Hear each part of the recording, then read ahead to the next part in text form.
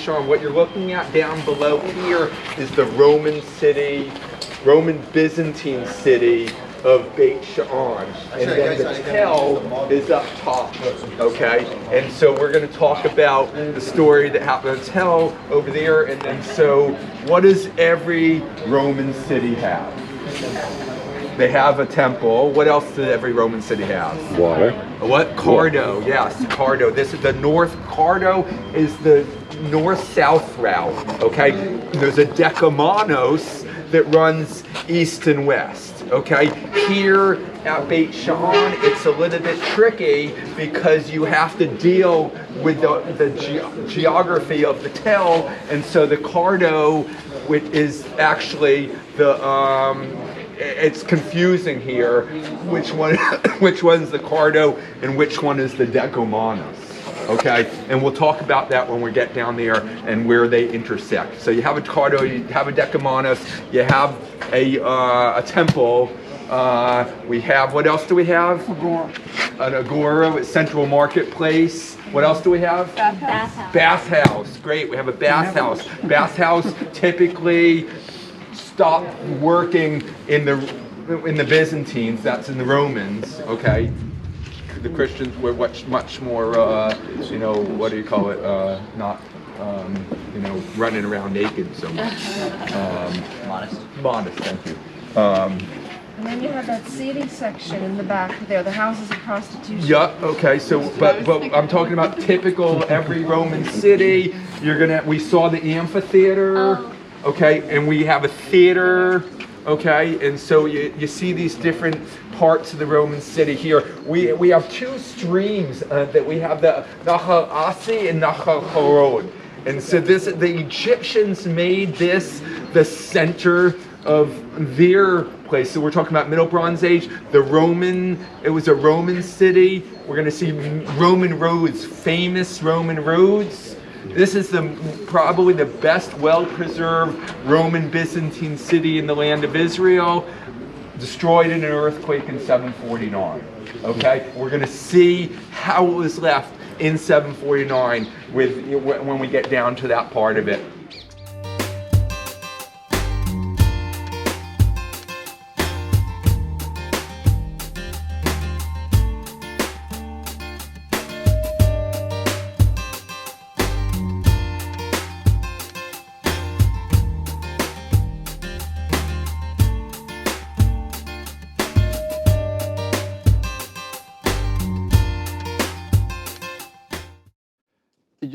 Well, different parts of it. We're getting to the wealthier side where you have private rooms for your massages and everything like that.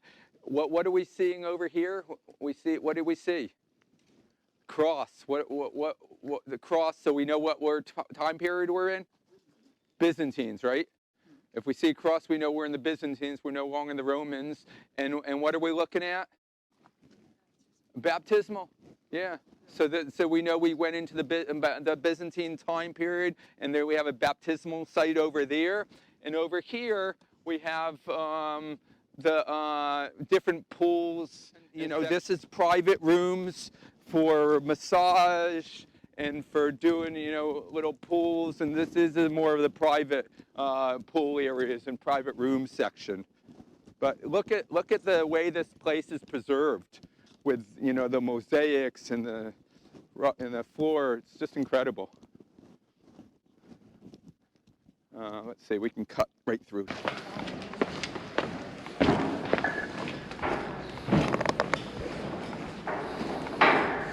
Roman road.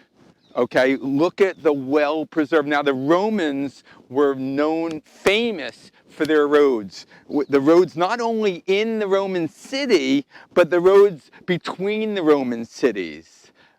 Thousands and thousands of kilometers. Still, we're finding Roman roads in between the cities. Incredible. They were incredible builders, and I don't have a diagram of the different layers of how they put it together. I'll see if I can send one on. Very interesting. You can see the design. What was this? Why is it designed like this? for the water runoff, okay? And you have channels for the water to run underneath here. We can see up here, you can look down, and in certain places you'll see it. The other thing that you notice, you see the angle of the rocks? Why are they designed in this angle? So erosion doesn't occur. No, good idea. The wheels of the chariots, so they don't get stuck in any ruts here. So this is an incredible, well-preserved Roman road, okay?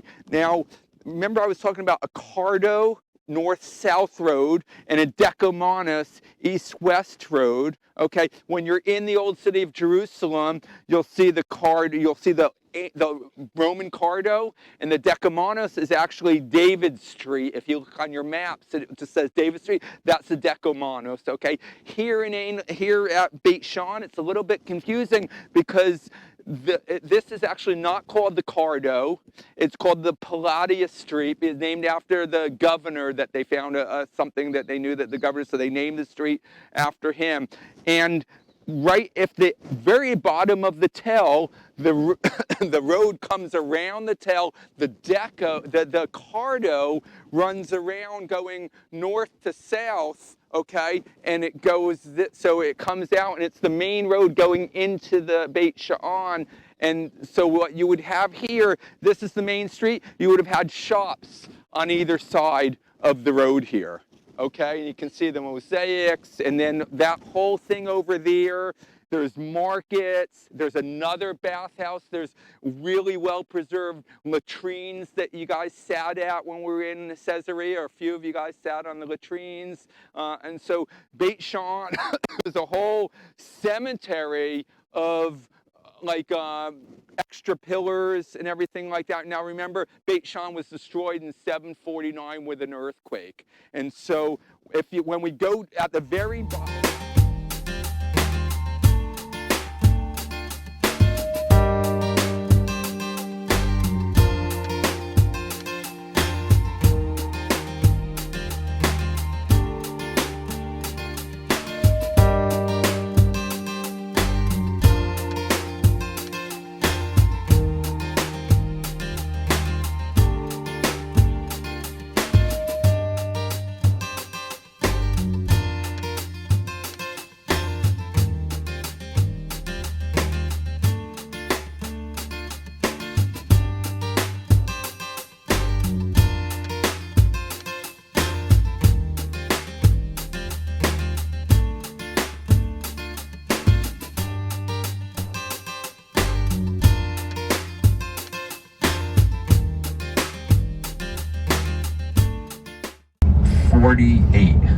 okay, 1948, the end of the war, the generals have a ceasefire between Jordan and Israel. They sit down right by the hotel where you're going to have your farewell dinner in Jerusalem. Okay, there's a road there, it's called the Hebron Road, it's called the Seam. And they sit down there, they pull out a map, they put on the floor of this shot out, blown out building, and they take a thick green marker and they say, this is the line, that side's yours here, this is ours, and this is the green line. Okay, that became known as the Green Line. We just crossed over in the Green Line, so we are now in Samaria. Okay, we are in Samaria right now, and if you continue south, you'll get into Judea, and together Judea and Samaria are part of the land that is known as, by some people, the West Bank. The West Bank of what? Okay, so to the left is east, okay? This to the right is west. If you go over the mountains, go over the sea, you're gonna go back home, okay? Go over this way, you're gonna go into Jordan and Iraq and Iran, everything like that, okay? So east, west, okay? So if it's the West Bank, it's the West Bank of Jordan, okay? So is this part of Jordan and the Arab lands, or is is it Judea and Samaria, the land that God gave to the descendants of Abraham, Isaac, and Jacob. I think I was talking about covenantal theology a couple years ago when we started our trip. And the covenant, the Abrahamic covenant included the lands. It was part of the land of Israel was given to the descendants of Abraham, not Ishmael, but Isaac, and not Esau, but Jacob. Abraham, Isaac, and Jacob. You know what? I'm not trying to get political, I'm getting biblical. And it just is. And I believe that anyone that believes that Jesus died for your sins, was buried, and rose again on the third day as a new creation, and according to Ephesians, is part of the commonwealth of Israel, okay? And part of the covenants and promises of the God of Abraham, Isaac, and Jacob. One God for all people that believe in him, okay? Now, this land is, in my eyes, is Samaria and Judea, not the West Bank. And so it's a very political issue. I'm not trying to get political. I'm trying to give information. So as not to, I'm not, people come, you have to be very, it's very a sensitive thing to talk about, because many people don't even know that it's even a political issue. How do you even refer to this land? And then the wall, that we're going to see in different places that separate, the West Bank, Judea, and Samaria from Israel proper. Really, how do you even talk about these things? Even what do you call that wall? Is it the barrier? The barrier wall. It can be very political, and there's trips that will go to these places, and so you can see the Palestinian view, or you can go to some of the Israeli settlements and see the Israeli settlers' view. I mean, there are very political. I mean, there are some trips that will be very, left-wing political, and some trips will be very right-wing political, and some that people want to see both sides of everything. I mean, really, who are even the Palestinian people, if you really want to get down to it? There was never, even between 1948 and 1967, when they could have had a state here, and they didn't create a state. There was never a Palestinian people, and so it's I'm not trying to get political or anything like that. I try to stay biblical. But we are in Judea and Samaria, or the West Bank, which is divided into 3 areas. All of this area that we're looking at, over those mountains over here to your left, that's Jordan. Okay, and down in the valley, at the bottom of this valley, that's the Jordan River. Right in this valley, that's the Jordan River. So off to our left, down the valley, Jordan River. Okay, so everything in this area is either Area A, Area B, or Area C. Okay, what is the difference between Area A, Area B, and Area C? Area A, easy way to remember it, is A for Arab. Okay, well, that means that the Arabs that live here, they have control, both civil and military. Okay, now it's in the state, it's still all within the state of Israel, the borders of the land of Israel. It's the heartland. Matter of fact, all of the biblical stories with Abraham and Isaac and Jacob, it all happened. Joshua, that's all happened in Judea and Samaria. So it's really the heartland of Israel, the land of Israel. Okay, right now it's divided into, so the Arab, over 1 million Arabs live in this part of the country, and Area A is controlled by Arab civil and Arab military, even though the Israeli IDF army has ultimate, rule over the whole land. They've given the PA, the Palestinian Authority, they've given them control to be their own police. So they military, police, and civil, their own laws, their own rules, their own all that. Okay, that's Area A. all of the Arab villages, Jenin and Ramallah and Shechem, Nablus and Bethlehem and Jericho, all of the small places, all of those Arab villages, they're all in Area A. Okay? I, as a Jewish person with an Israeli passport, am not allowed to go into Area A. I'm not allowed. In my own land, I'm not allowed to go in there. Okay? Kind of crazy.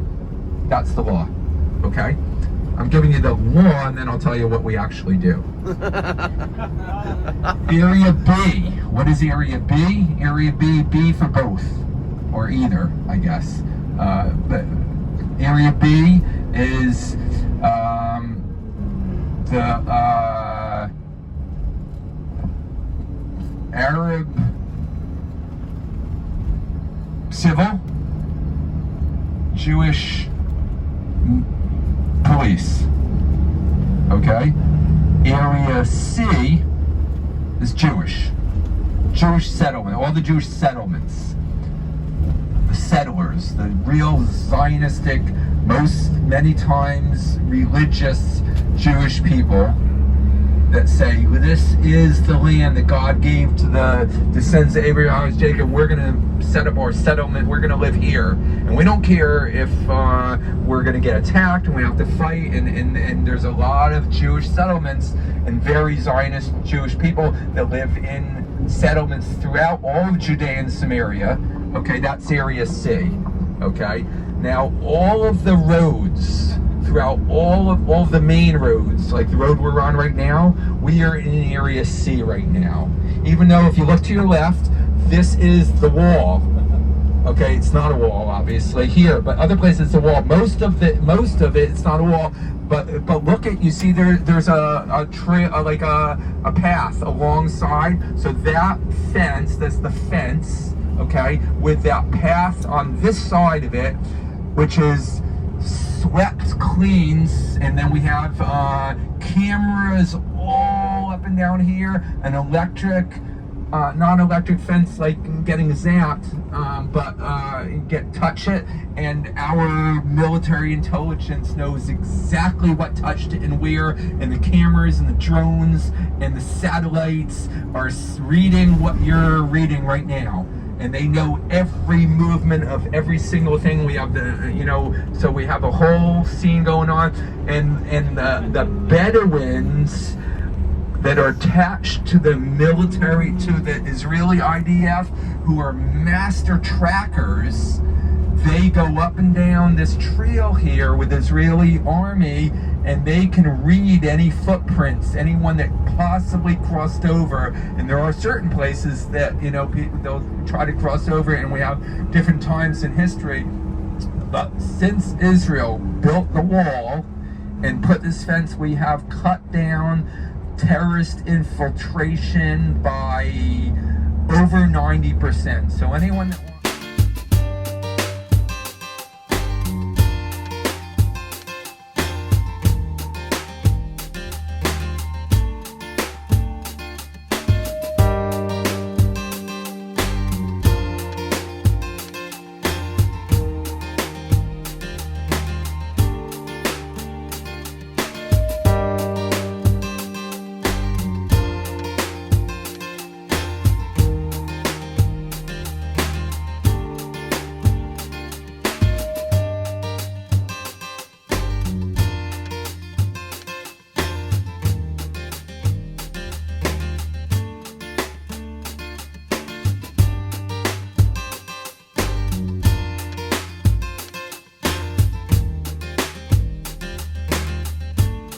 that word me in Hebrew, everyone say me. Me. The word me in Hebrew actually means who in English. Like, who is that person over there? You say mize, who is that? Me in Hebrew means who in English. Okay, so say me is who.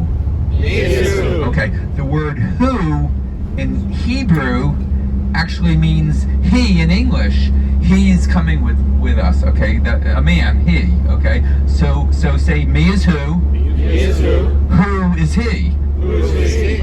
word he in Hebrew actually means she in English. Seriously, I'm not joking with you guys, okay? So say me is who? Who is he? He is she. And now the word dog in Hebrew means fish in English. So now everyone together. Me is who? Who is he? He is she. Dog is fish. There, you guys speak Hebrew.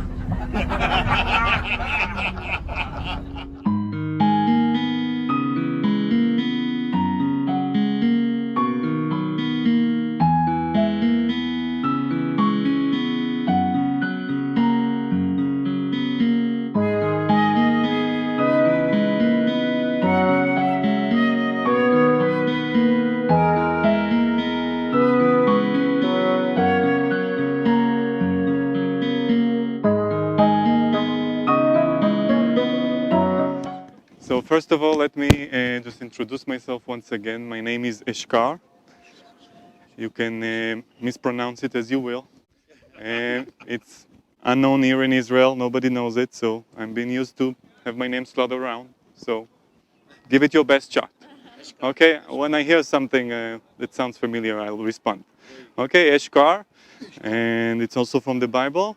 I'll tell you about it another time. But you know, Jerusalem is mentioned in Genesis 14 when Abraham comes around the city of Salem and he's greeted by Melchizedek. And Melchizedek is taking out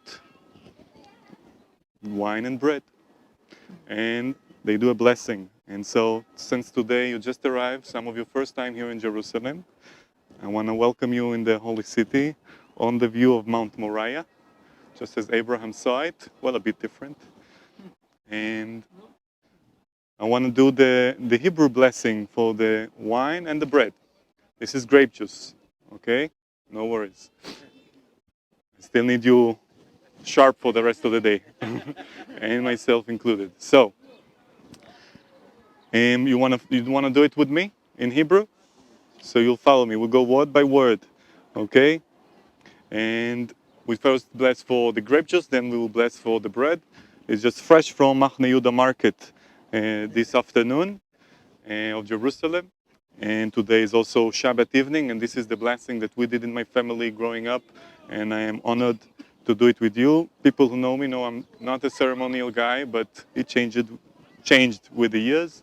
And now I'm very glad to do it with you. So, Baruch, Ata, Adonai, Boreh, Pri, Hagefen. Amen. Blessed are you, God, King of the universe, creator of the fruit of the vine. Amen. For the bread, this is fresh challah. Again, from Machne Yehuda, that's the traditional Jewish. This is what every Jew today will eat on the Shabbat table. And we do it, we need to do some action on it, so we do it with salt. And it is leavened bread. Okay, this is the challah. Challah. Challah. So, you ready? You did very well. Baruch, Ata, Adonai, Hamotzi, Lechem, Min, Haaretz. Blessed are you, God, King of the universe, for bringing forth bread from the earth. Amen. And in my family, we used to do, since Melach and Melech. Melech is king, Melach is salt. We do Adonai Malach, Adonai Mloch, Adonai Melech, Leolam Va'ed. God was king, God is king, and God will be king forever and forevermore. And then we break the bread. Since I come from the Sephardi house, the tradition is that I eat first, so don't be insulted. Right. We'll pass it around. And you're doing very well, because in the Jewish house, between you bless for the wine and then you bless for the bread, kids need to keep silent until they eat the bread. And meanwhile, they should wash their hands, but you seem clean. Thank you. In corner of the old city. Okay, so this is the old city that you see. And until the middle of the 19th century, mid-19th century, all of Jerusalem is within these walls. There were a few maybe inns around, a small chapel, but broadly speaking, all of Jerusalem was within the wall. So everything you see around you is from the last 150 years. And they're still working on it, as you can see. Today, Jerusalem is about the metropolitan, all the Jerusalem actually area is about a million, a population of 1 million. Okay? And before we continue, I really want to go over Jesus' last week here in Jerusalem. So when he comes, he doesn't sleep in the city, right? He goes and he sleeps in a town called Bethany. Bethany, in Aramaic or in Hebrew, Bet Aniah. 2 words, Beit Aniah, the house of the poor, actually. And it was actually just opposite to us. We are on the on the western slope of Mount Olive, so it's on the eastern slope, behind the hotel and everything. We cannot reach it from here because it's in the West Bank. We need to go around, but right there. He starts walking on Sunday, and he sends 2 disciples to bring a donkey and a colt, right? That also happens in Bethphage, Beit Pagai. The house, Pagai is actually the word that we use for the first, figs, okay? So he sent them there, and then they start working on what today we call the Palm Sunday route. Traditionally today, and of course we cannot find everything because everything is built here, but traditionally speaking, if you see the wall going down just below us, you see there's a wall going down. This is the Palm Sunday route, and this is what we are going to walk all the way down to Gethsemane. Okay, brace yourselves. We're going to walk slow and get to the bottom at Gethsemane. But back to the story of Jesus. Sunday route, Sunday, Palm Sunday, he goes down and he enters through the Shushan gate, the golden gate, and we already pointed it out. And then he goes into the temple for the rest of the week where he is going to be teaching. And he could go from the east, he could go from the west, but most of the pilgrims will come from the south, right? It was just Passover, a lot of pilgrims came and he was teaching. And we'll go to the southern steps. So if we go back to the Dome of the Rock, left to the Al-Aqsa Mosque, we see the wall. To the left of it, there's a site looks ruined, it's because it is. Those are the ruins that were actually all unearthed. Everything had to be excavated in the last 50 years. And this is what the southern steps, or the steps of teaching. A great place for a great rabbi to teaching. Okay, so we're going to be there, the southern steps. And for the rest of the week, I say he's coming in and out. He wants to meet the people. He's giving his final teachings around the Temple Mount. Of course, not within the temple. This is only for the priests. And we will be talking about it. We're going to be in the Israel Museum. We're going to overlook the model of Jerusalem that looks more or less as it looked like at the time of Christ. Then come. Yes, sir. I'm just curious, what are the rocks doing on top of the tombstones? Okay, yeah, notice that all of the tombs, or most of the tombs, have rocks on them. That's a Jewish tradition that comes from the Bible. And you know, everywhere in the Bible, when something happened of significance and they want to commemorate it, they put a stone, right? And he put a stone there, or they put an altar, right, made of stone. So stone is a memory. So when you put a stone, people come and visit the tomb, they leave a stone on top, so they show that they visited. Tradition has it, and that the spirit comes back, it will see it was not forgotten. Okay, so this is the tombs, and you notice there are also little windows. In each one of the tombs, there are a little window for a candle. The Jews have a candle that burns for 24 hours. In the day of the deceased, they come and they light up the candle.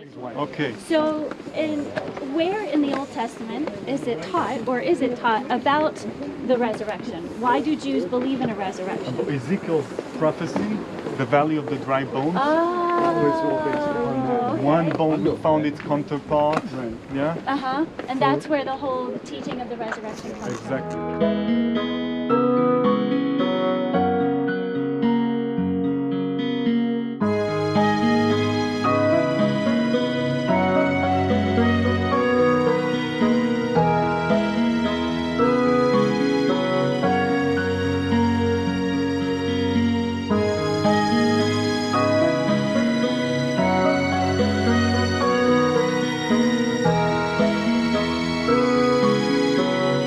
the traditional site of Gethsemane.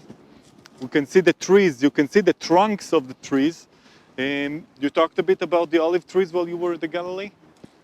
No. A bit. We will talk about them more now. First of all, you can see the trunk. As we walk around, you see some trees have one trunk, some of them are split into a few trunks. Some of you may ask, how old are these trees? And the fact is that it's really impossible to date them. The reason is, as the tree grows, the center, the core of the tree dies and crumbles. So it's missing. So you can only tell what time this piece died. So you can only give an estimation, and the estimation here is that the oldest tree is about 1,300 years. But, and this you can actually see right here, you can see that the trunks have fallen apart or fallen around, but the heart is now living. And the thing about the olive tree that it has shoots coming exactly where the tree had fell. So these are actually the same trees, okay? They don't survive, they cannot hold the trunk for so long, for 2,000 years. They will collapse, but a new shoot will come instead. And this is what you can see again on this tree and on the others. And some of them have really huge trunks, very complex. This tree doesn't grow very high, especially when it's cultivated. When they cultivate it, they keep the tree about this height because they want to be able to harvest it in the season, which is around October, November, depends on the year, but before or just after the first rain. This is when you do the harvest for the oil. Imagine Jesus coming every day on this week, as we said, he's going and he's sleeping in Bethany every night. Every morning he will go through, right, through this garden. So if it was exactly here or there, it doesn't matter. It was really somewhere around here. And when we think about the name Gethsemane, in Hebrew it's Gat Shmanim. This is where you press the oils. Okay, Shmanim is oils actually, Shemen, Shmanim, oils. Gat is a press. So all the mountain was full of olives as it is today. They will take all the olives naturally down where they'll press them, and you need to do it as fast as possible to get the best olive oil. So he goes down here every morning. Now it's sunset, but it was the same light more or less when it was sunrise, just coming from the other end. And this is where he has his first prayer of the day. It's his final week. It's his most private and emotional, I believe, prayers with his father.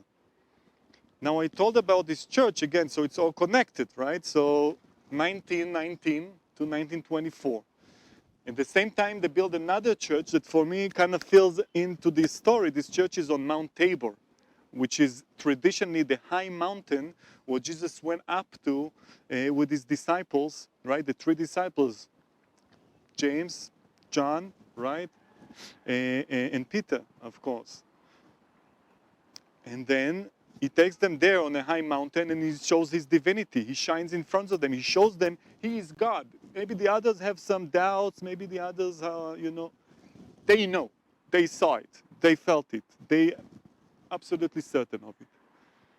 And there are such certain occasions where they see things that the others have not. And then, after the Last Supper, after they had all the wine, okay, we have 4 goblets of wine during the Passover dinner, they're tired, okay? Given they fell asleep 3 times. It's hard. It's hard for them not only because they're tired, also because of what they see. And they're going to see Jesus, if there it's on a high mountain, here it's in the end of the middle of the valley, the middle of the night. It's dark, it's sad, it's quiet. And the description, it struck me, as it described Jesus falling on his face and praying and shouting out to God. And this is the last thing they're going to see from him, right? After that, many of them, they ran away. Peter followed, but the others scattered.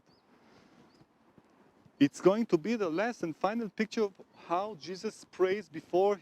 He knows what he's going for. Yeah? He knows what's coming up. Nevertheless, he says, take this cup away from me. Of course, not if my will, but your will. But I pondered about this portion. Take this cup away from me.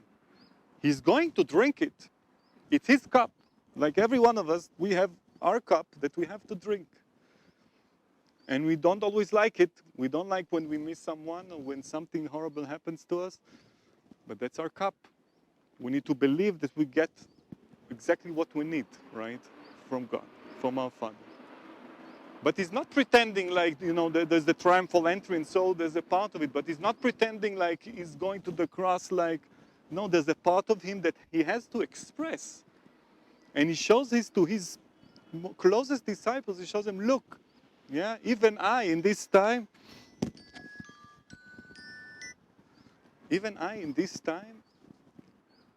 need to express my darkest feelings to the Father. And this is with me ever since. Whenever something hard comes, if I'm angry, if I'm sad, if I'm heartbroken, to let myself express, because Jesus did, because Yeshua did, in his final step before he's taken away and goes through all the agony. He's going and praying in real agony and showing his real, most humane side, that is, yeah? If there is his divinity, here is most humane side. And this gave me so much strength to go through actually whatever, whenever we have like a hard burden that comes on us. So we were taught many times, bite our teeth or do whatever. No. Actually, as Jesus says, go to your room, close the door and pray. And how to pray? I think he shows them here. Nobody sees you, but God knows. God knows. It's for us, actually. It's for me to express my real me, how I feel now. And then, suddenly, you have so much power. And you can go through anything. Really anything, as Jesus saw. You can, or showed us, you can really go through anything. And this is so powerful and so human, and so we are really in the hard times, and hard things are coming, and things are changing, and we don't know what's coming, but so express it.